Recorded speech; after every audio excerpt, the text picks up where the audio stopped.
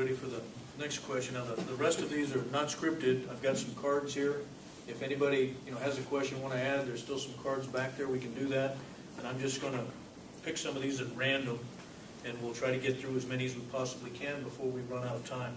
Okay, so the next question has to do with something that's been in the paper, which some of you may be familiar with or not. It's the Metropolitan Planning Authority.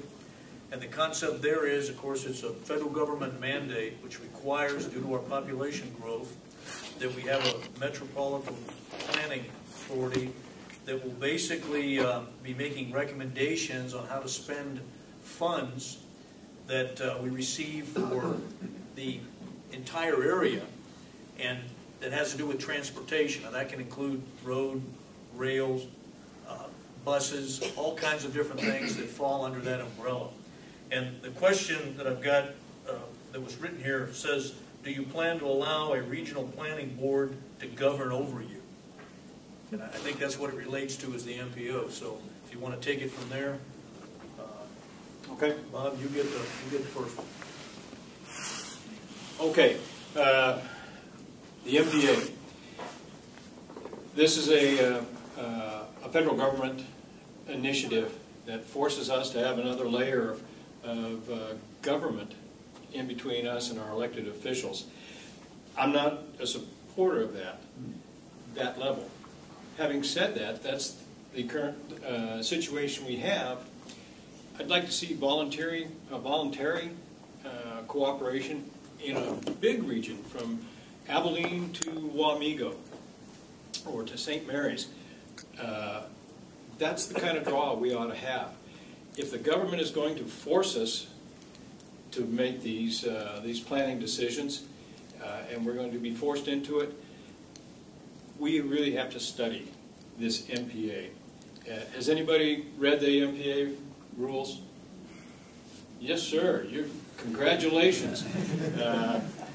I've done a lot of reading of federal regulations, and they're complex. I haven't studied this one, and I don't know many people. Guy's got a gold star on. That have.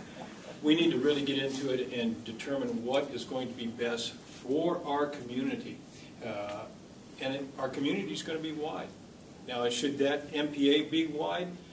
I'm kind of leaning that direction, but I need more study before I can make that determination. And fortunately, we have that kind of time to do adequate study.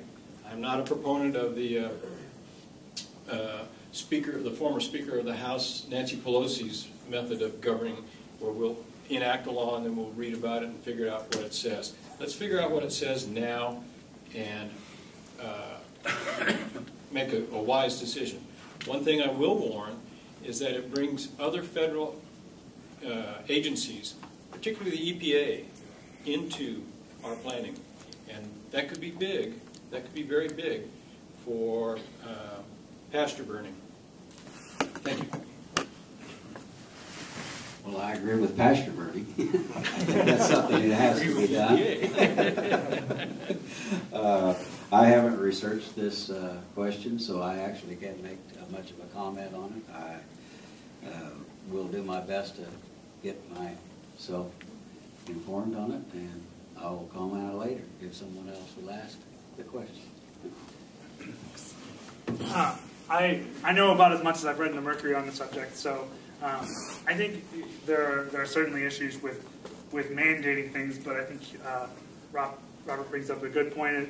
It's what we got. It's the cards that we're dealt, and personally, I think this can be a real benefit to Manhattan if we approach it correctly. And we've got the two main thoroughfares coming into this town, 177 and then K18 Fort Riley Boulevard, that stretch beyond our borders. And we're talking about the sales tax and how Manhattan is in such a unique situation as far as towns in Kansas, that we have the university, the fort, the football team, country stampede, all of these things that bring in people from outside of Manhattan to be a part of our community, even if only on a temporary basis. So I think it's important that we work with our neighbors, so that when people that might live in Junction City or Abilene or whatever, they're going to come to Best Buy in Manhattan when they need to shop instead of going to Salino or somewhere else. And So I'm excited about it. That's one of the things. This came out after I filed to run, but I'm really excited about the possibility to be a part of this. I think we already have a regional planning authority, so a lot of this is not new, but it brings in a whole nother. It brings in some funding sources and some other things that give us the opportunity to really make a go of it. Obviously, you always need to be mindful of trying to do things the right way and not falling into the law of unintended consequences. So I think it's good to move forward optimistically, but at the same time be cautious and make sure that we don't do anything that we're going to regret 10, 15 years down the road. So I'm excited about it.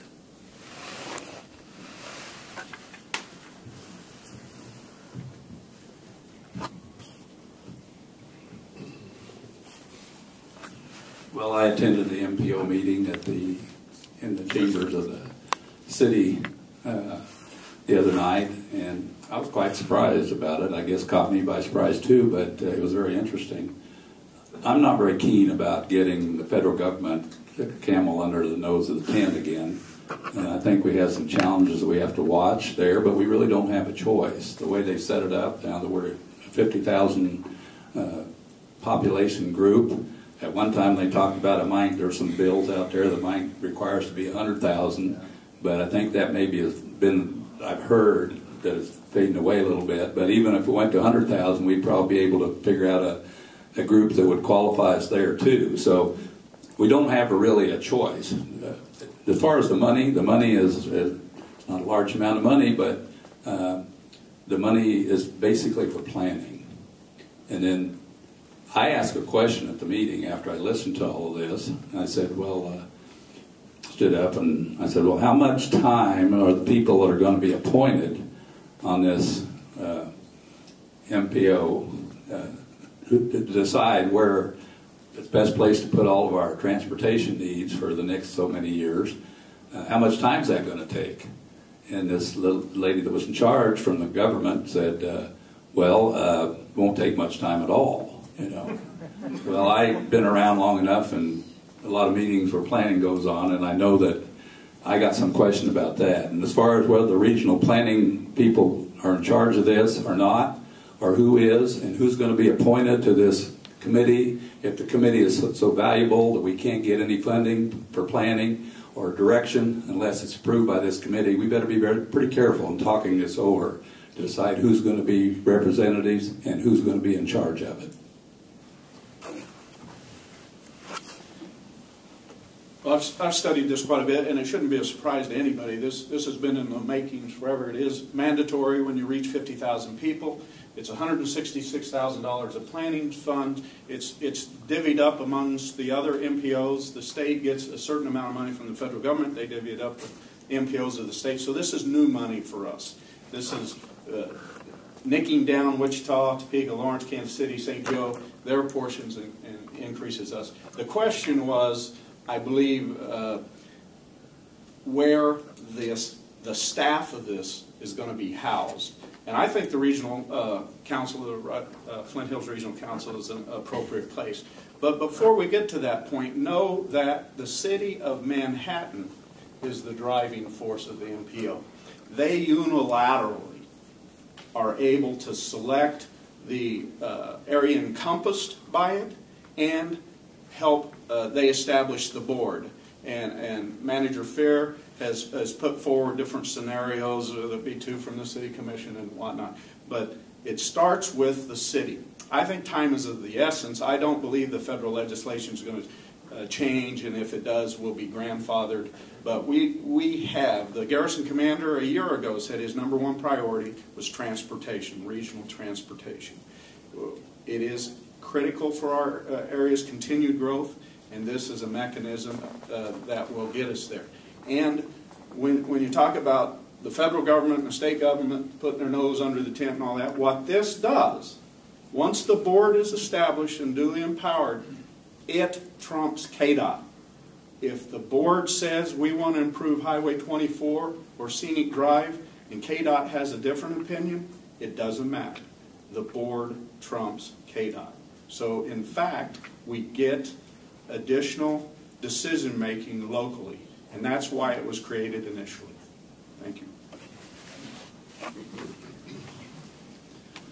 Well, this looks like a hot topic for me because one of my platforms was to visit with the other 104 counties at some point in my career, and to resist some of the unfunded mandates. Now, this doesn't apply under that, but as brought up earlier, it's going to bring funding. But you know what? Funding brings obligations, and we've jumped to about $274 million debt in Manhattan. And so while everybody's telling me the federal government says we have to have this, I agree that Manhattan will be the central point. So as a county commissioner, I would watch the city, and I've already said I have a good rapport with the city commissioners. My family owns property in Potawatomi County. I get along very well there, and so that's part of the region. I don't know anybody in Geary County, but this is one item I would approach very cautiously, because anytime you involve more government right now with our state the way we are, where are they going to be getting the money to be handing down to us? I realize that we have to go along with them to a certain point, but we don't have to go blind. And so, as some of the other people spoke, this is one item that I'm going to study. I haven't studied as much as Rod has, because it just hasn't been on the front burner for me. We have a lot of other local issues right now, and I figured I'll let the city tackle that one first.